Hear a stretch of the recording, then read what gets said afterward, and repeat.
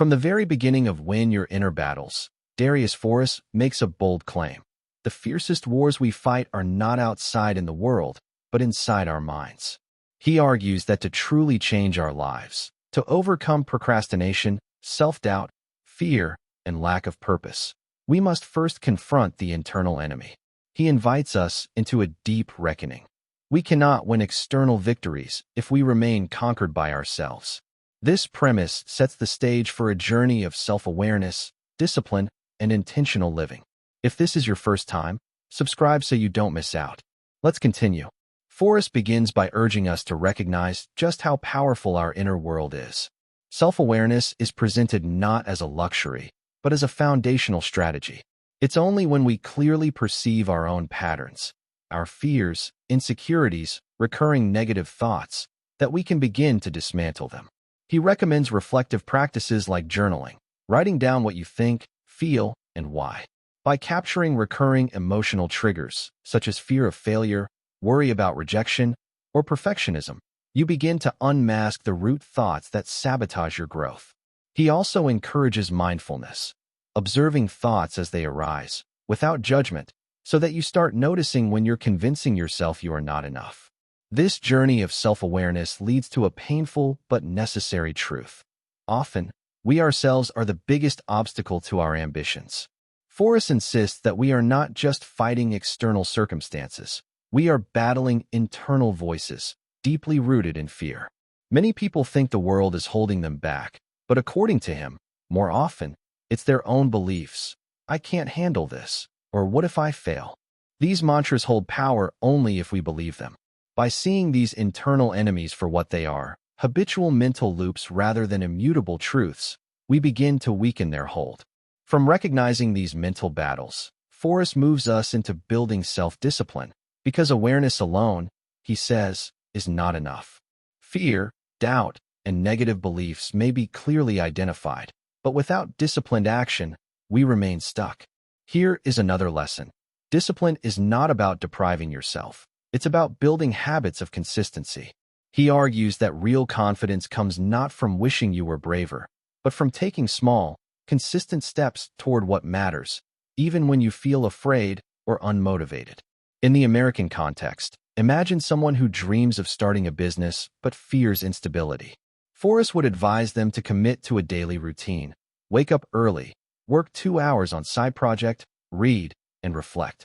Over time, this discipline builds not just competence, but a belief in their capacity to pursue their vision.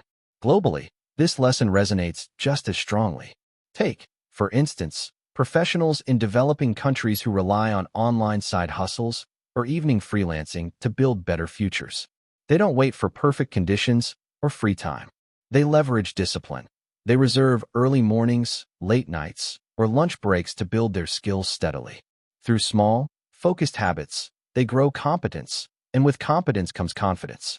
That confidence silences internal critics, because they have objectively built something real. As self-discipline takes root, Foroux emphasizes another lesson. Action cures overthinking. He warns against waiting for the perfect moment to begin.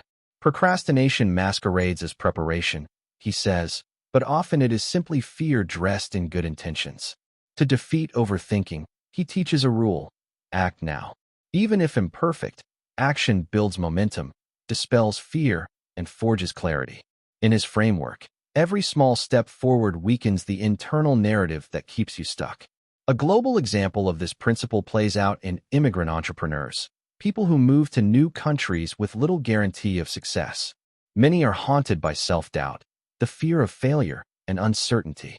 But they take action anyway. They register small businesses, offer side services, and pick up clients door to door or online. That early imperfect action builds resilience, competence, and a growing sense of identity that isn't built on waiting but on doing. Once we start acting, Foroux argues, confidence begins to grow, but not mysteriously. Confidence, he insists, is built through competence. When you build a skill, you earn real trust in your abilities. He encourages readers to become deliberate learners. Focus on improving deliberately in areas that matter to you. Practice regularly and assess your progress. This process, learn, practice, reflect, is where confidence is born. It's not just fake it till you make it. It's work hard till you make it.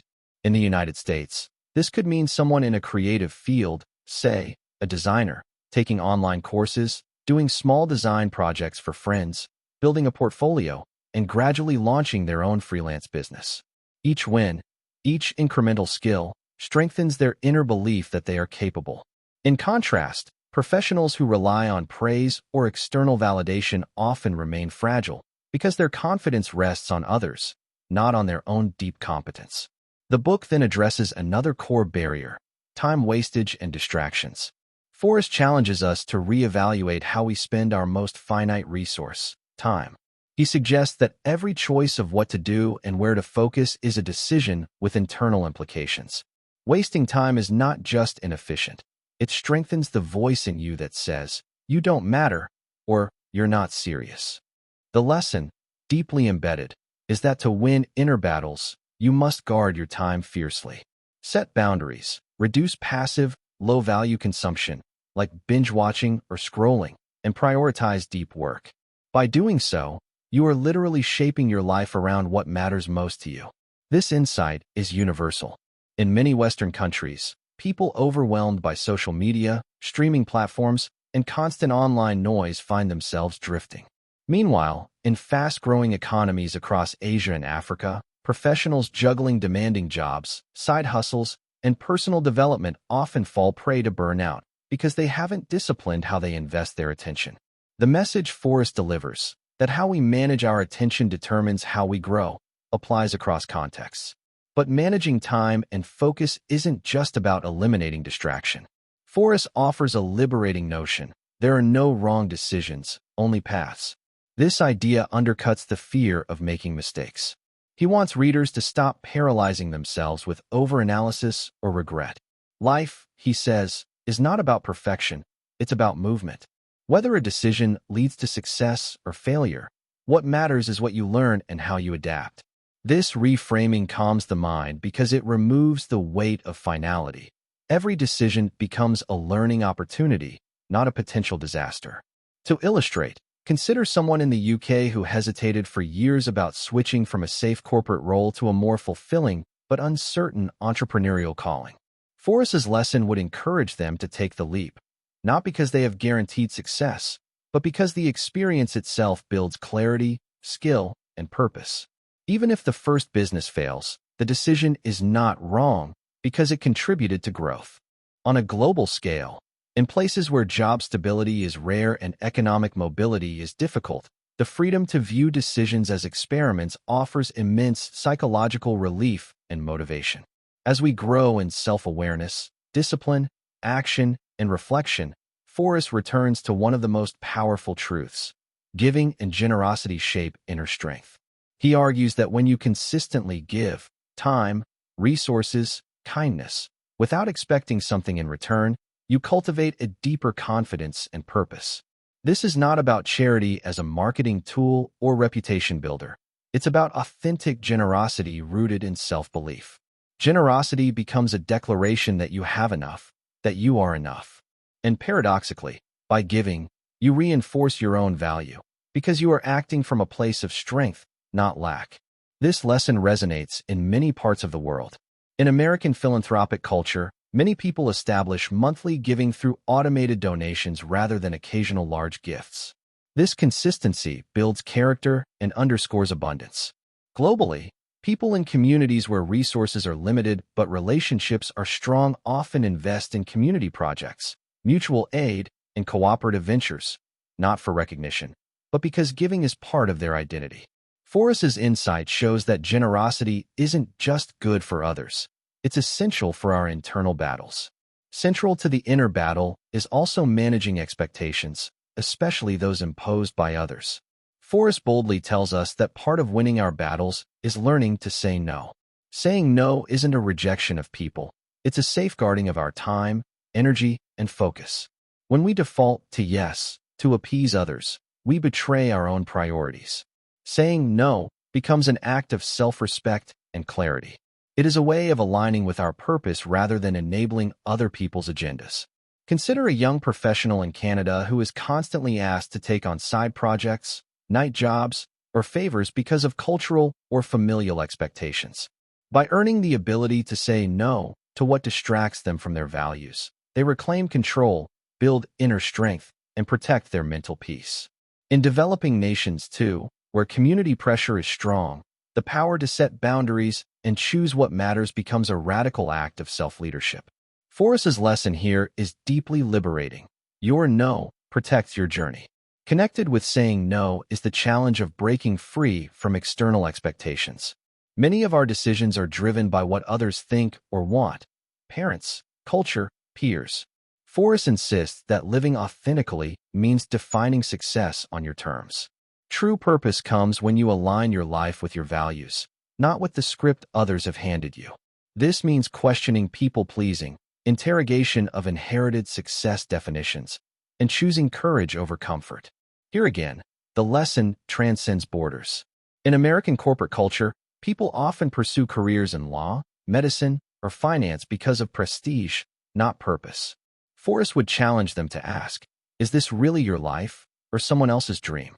Across Asia or Africa, where parental expectations and social pressures can be even stronger, his teaching about self-determination and purpose resonates powerfully. You don't have to live according to tradition. You can create a path rooted in your values. With self-awareness, discipline, action, generosity, and clarity comes a quieter but profound battle, the battle against ego. Forrest warns that seeking external validation, likes, praise, appearances, can sabotage your inner peace. When your identity depends on what others think, you are chained to their opinions. Real mastery, he argues, comes when you stop performing and start expressing your authentic self. To win your inner battle, you must learn to detach from ego-driven desires and instead align with something deeper, your purpose and values. This principle finds echoes in the lives of many modern creators. In the United States, social media influencers often struggle with burnout because their self-worth is tied to likes and followers. Forrest's advice to detach from ego and define success internally helps them build sustainable confidence. Globally, in cultures where social status is deeply tied to family, class, or tradition, choosing expression over approval is revolutionary. It frees individuals to follow their values, not social scripts.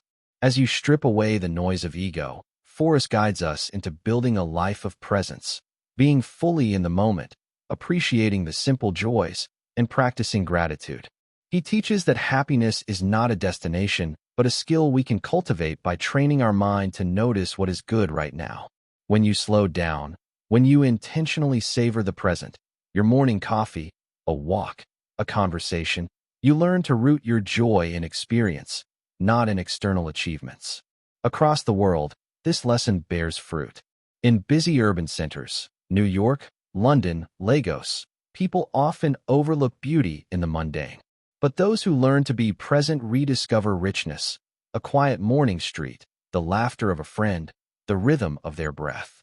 In places affected by hustle culture, Forrest's invitation to slow down and appreciate life becomes liberating. You realize that your purpose is not somewhere in the next promotion or big sale. It's already here, in the present moment. The final, and perhaps most summative lesson, is that purpose is not found, it is chosen. Forrest insists that you don't need to wait for a sign to start living purposefully. You decide, today, what your life is about. And once you decide, you build it through consistent, small actions that reflect your values. Your purpose becomes a daily compass, guiding how you spend your time, how you give, how you act, and how you grow. This is perhaps Forrest's most liberating teaching. It removes the pressure of destiny and replaces it with the power of agency. You are not a passive character in your story, you are the author. Instead of waiting for purpose, you design it. Consider global stories. Individuals in the U.S. who leave high-paying corporate roles not because they found a passion, but because they decided to create one. People in Europe who reduce their workload so they can volunteer, travel, or care for family. Entrepreneurs in India or Nigeria who build community businesses not just for profit, but to uplift others. Their purpose isn't something mystical. They defined it and then built habits around it. In the end, Forrest brings all these threads together in a powerful call. Your inner battles are the most important conflicts you will ever fight. If you do not decide to face them, you will always be imprisoned by fear, overthinking, guilt, or noise. But if you commit to self-awareness, discipline, action, generosity, presence, and purpose, if you choose to repeatedly build your mental muscles, you can win. Winning these battles, he argues, isn't a one-time event. It's a lifelong commitment. The war is ongoing, but your strength grows with each victory. And the greatest victory of all is when you stop being your own worst enemy and become your strongest ally. If this message resonated with you, subscribe and join us for more wisdom that fuels growth.